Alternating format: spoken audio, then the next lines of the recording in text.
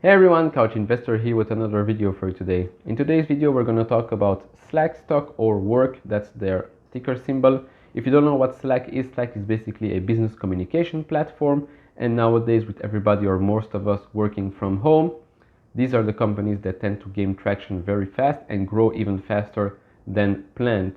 Now I obviously will go even deeper into that just in a bit. We're going to talk about their competition, the struggles, their financial reports, and obviously the stock price analysis and my own opinion at the end of the video. Now, before I get started, I really want to thank everyone that has been subscribing to the channel. And if you haven't subscribed yet, maybe now is the time to hit that subscribe button. And if you like the videos, maybe consider leaving a thumbs up, as it really helps me out grow the channel and get my videos out there. And if you guys own stock or think about owning Slack stock more specifically, let me know down in the comments below. And without further ado, let's dive into this. So to explain in short what Slack is doing, I will let their CEO Stuart Butterfield do the talking. Slack is where work happens. It's a new layer of technology that brings together people, applications, and data, and it's replacing email around the world. The easiest way to understand it is that Slack replaces email inside your company. It's enormously important, but inside of a company, it works so poorly. Imagine a 10,000 person company. On average, each person sends 30 emails a day. That's 300,000 emails every day. But consider things from one individual's perspective. Today, she got 23 emails. That's not even 1/100% of all the communication that happened inside the company. Maybe someone else gets 57 emails. That's still minuscule as a percentage of all the messages that may be relevant to that person. But the rest is completely locked away and only accessible if another human being manually sends it to them. And even that is one message at a time. You have these enormous flows of critical information coursing through the organization.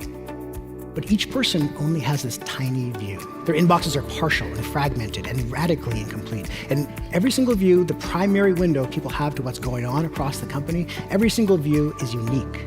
This is nuts. And I guarantee you we will look back at this moment in history shaking our heads and wondering how we ever dealt with it. So what's the alternative? Well, first, let's turn the email into messages. And now, rather than inboxes, we're going to organize those messages in channels. Those channels can correspond to anything. Projects, teams, planning sprints, office locations, business units, literally anything that is happening across the company. Moving the conversations to channels created a huge increase in the return on the communication. The whole team is in the channel, and anytime anyone on the team has an update or a question or a document to share, they just put it into the channel. They type it up once, hit send once, and everyone who needs to know now or in the future is in the loop. So that's why you switch. It makes communication better, collaboration easier, and agility something you can more readily achieve. From inboxes to channels. It's a movement from an individual-first approach to communication to one that puts the team or the organization first. It's so simple, but we believe that the advantages are so great that this shift is inevitable. We believe that every organization will switch to Slack or something like it. Right, so as you just saw, Slack is basically trying to eliminate emails, because let's say I'm in one department, I get 23 emails per day. Obviously, if your email is important and you're the first one or the second one sending me an email, but just after that I get 20 other emails, your email might get lost and it might take me more time to answer you if it's an urgent matter. Of course, that's even worse. So Slack is basically helping communication in the company, but on various channels. So every department in every company will probably have its own channel, but then you can intercommunicate with each other, with everyone in the company. Not only that, Slack works with various outside companies, so it has an open API where you can integrate a lot of automations and such.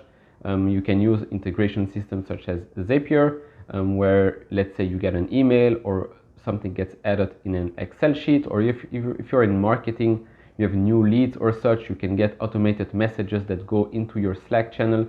So to let you know, or to let the whole team know, look, this task has been done, or look, we have a new client, maybe we should address that right now. And that's amazing, especially now with the most recent outbreak. Obviously, working from home, remote work, people working in New York, people working in Singapore, people working in London or whatever, everybody can communicate in a much faster way and much more efficient than ever before. Now let's go over Slack's financial first quarter's results, look at some news articles, and then end it with a stock analysis. Obviously, there are some very important aspects that has been released in the recent weeks about Slack's partnerships with Amazon, for example, and Slack's major competition with Microsoft Teams. So we're going to look at key numbers. I'm not going to go over everything. I'm going to go over key numbers. So total revenue of $201.7 million, up 50% year over year. That's great. Added a record 12,000 net new paid customers. Added a record of 90,000 net new organizations on either a free or a paid subscription plan. Obviously, you can use Slack for free as well. Now let's look at this part right here.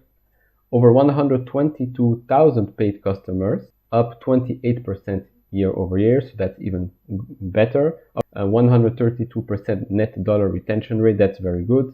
963 paid customers with greater than 100,000 in annual recurring revenue, up 49% year over year. Now that's one of the major key points I want to focus on, because those are usually the customers that will bring the company the most revenue in the future. And to see that number with that percentage increase year over year, that's great. If they can keep that number growing year over year, that would be great. Obviously, it would be difficult, but getting over 40% year over year growth for $100,000 in annual recurring revenue, that would be awesome.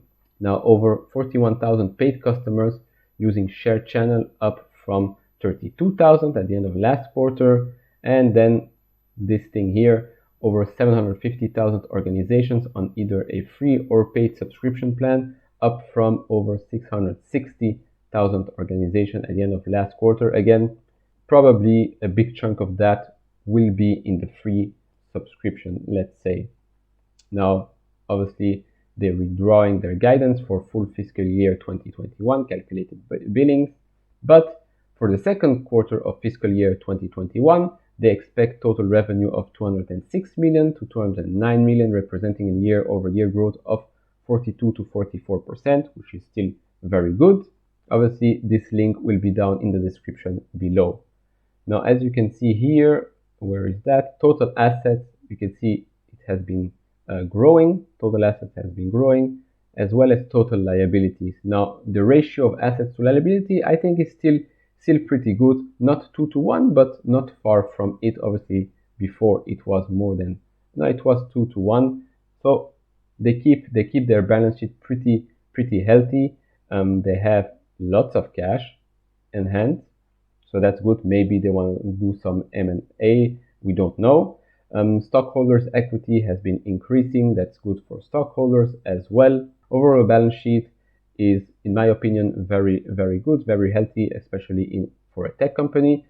Obviously, they are not profitable yet, but with increasing revenue every year, and especially now with the outbreak and everybody working from home and starting to work remotely, I can see they will be turning profitable, I think, very soon. Now let's look at one key article that I wanted to mention, that is Slack partners with Amazon to take on Microsoft Teams. Obviously, that is a huge partnership.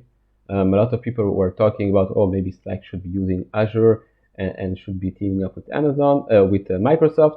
But no, Slack is partnering with Amazon in a multi-year agreement. That means that all Amazon employees will be able to start using Slack. Now, if you see that Amazon has over 800,000 employees, that does not mean that all employees will be using Slack, but it gives them already, well, a huge chunk of that market for sure. Obviously, a big win for Amazon as well, and a huge win for Slack as well. The move to Amazon Chime for Slack voice and video calls is also significant part of the deal. Voice and video conferencing is a particular weak point of Slack compared to Microsoft Teams. That's for sure. Slack is mainly seen as a messaging platform. Obviously, you can call and video call as well, but that's less popular, especially now with Zoom and everything. They work with Zoom as well, just so you know. But this new integration should mean it will be vastly improved in the future. As you can see right here, their CEO says, for now, we're just focused on shoring up the back end. As Chime has additional features, we're looking at bringing the mobile experience to include video, directly tackling that problem, which it doesn't today. We're also looking at transcription. So I think Slack with this partnership will become huge in that field. It will probably also take some market share from Zoom as well, if it can include video on mobile, that is. Obviously, competition with Microsoft Teams is huge and is a big struggle, I think, for Slack. Since Microsoft Teams, they released the number that they have approximately 75 million daily users. Slack has hasn't reported new numbers since October 2019 on that number. They only have, I think, roughly 12 million daily active users. So there's a big gap in that, but maybe that has changed right now. And second big struggle, I think, is that Slack does not have what Microsoft has to offer. Microsoft offers a subscription based on their Microsoft 365 package, and in that package there is, the Microsoft Teams. So most big companies already have or might have the 365 subscription. So getting the Teams extra in there is easier and will be easier for those companies to get that integrated in the company. But that does not mean that other big tech companies won't work with Slack. For example, IBM has around 350,000 users that are working with Slack. Same goes with Uber, and as we just saw, same goes with Amazon, who has over 800,000 employees.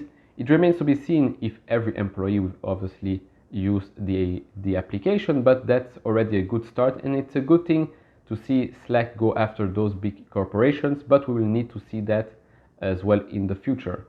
Now, let's move to some graphs right here. So as you can see, the stock went public last year, around a year ago or so, at around $40. But since then, it has gone down a lot.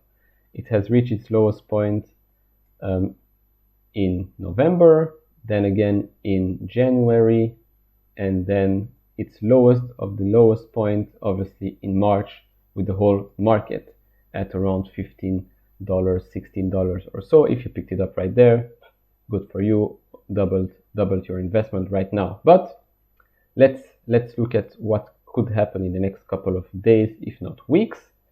I drew these two lines right here as this is a bigger support down here, and this is a support for the next coming days.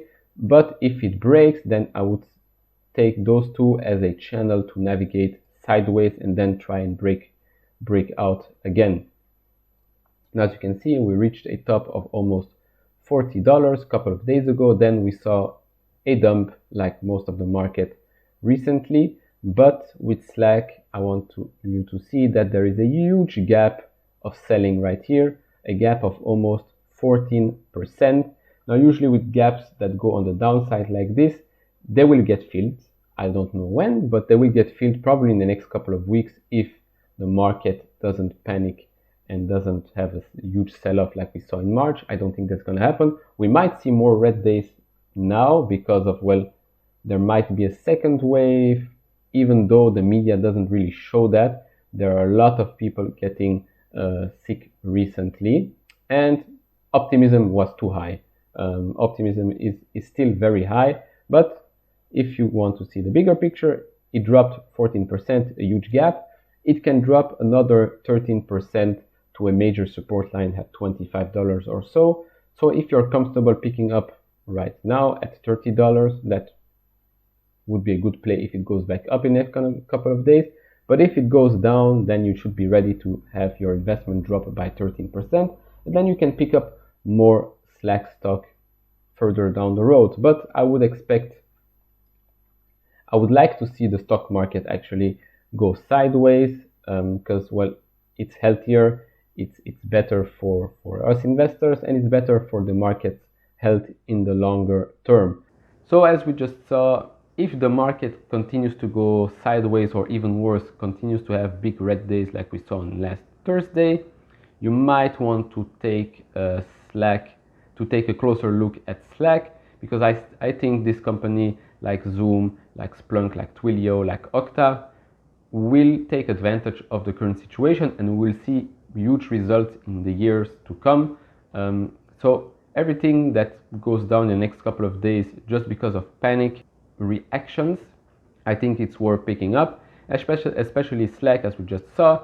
There's a huge gap of around 13 to 14%, and that gap will get filled, I think, pretty soon. Obviously, I hope that the market will go sideways. It's much healthier for us investors if the market goes sideways for a while, so everything calms down instead of going up very fast or down very fast. That will be it for this video. If you liked it, leave it a thumbs up, as it really helps me out get my videos out there. And if you own Slack or want to buy Slack or have some thoughts about it, let me know down in the comments below. And if you haven't subscribed yet, maybe now is the time to hit that subscribe button. In my next video, I'm gonna talk about a big ETF regarding every company that's in the cloud business. So stay tuned for that. And as always, stay safe, take care, and see you all in the next video. Bye bye.